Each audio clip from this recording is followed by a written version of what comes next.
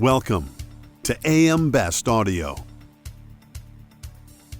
Risk distribution is a prerequisite for an insurance transaction. But how much risk distribution is enough for a transaction to qualify as insurance?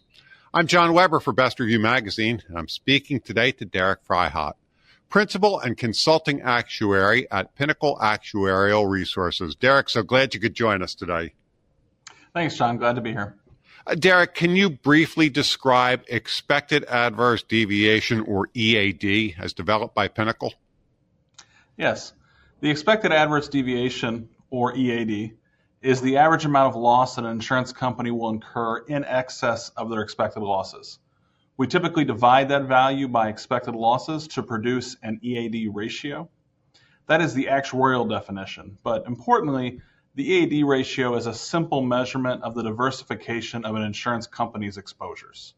For a company with all of their exposure tied up in one event, their risk would not be well diversified and they would have an EAD ratio approaching 100%.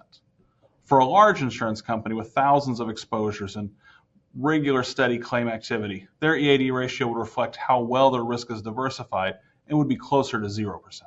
So who has benefited from EAD and what were the benefits? Since we began measuring risk distribution with the EAD ratio 7 years ago, we have largely applied it in situations where captive insurance companies wish to document their risk distribution as an insurance company. Producing an EAD ratio as part of a review of a company's risk distribution provides some objective documentation for the captive owners to show that their insurance company does have the necessary amount of risk distribution. The EAD ratio is an actuarial measure, but it can, along with a review from a captive's accounting and legal providers, provide strong support for whether or not risk distribution is present in a captive insurance company. Risk distribution reviews are more common for newer and smaller captives that want to make sure that they have the appropriate levels of risk distribution. However, having a straightforward and objective actuarial approach has led to requests for reviews from more established captives as well.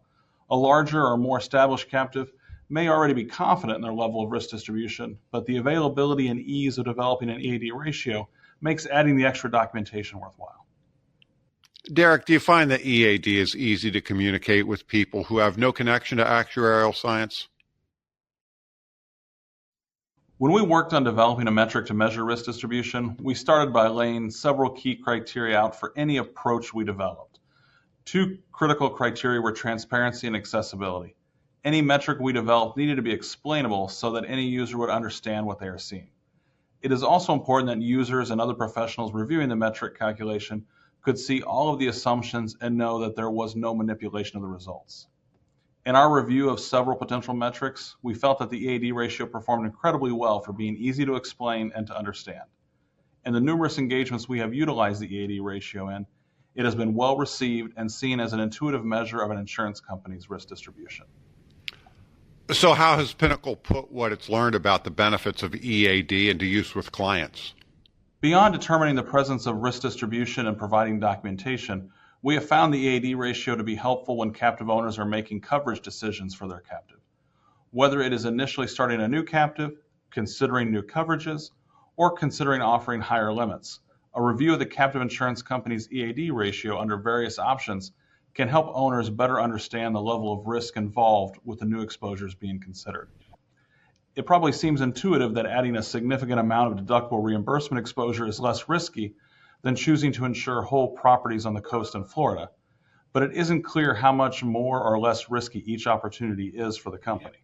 The impact of adding these types of coverage on the EAD ratio is one way to measure the risk being added for the insurance company. Derek, thank you for taking the time to speak with us today. Thanks for having me, John. That was Derek Freihaut, Principal and Consulting Actuary at Pinnacle Actuarial Resources. And I'm John Weber for Best Review Magazine.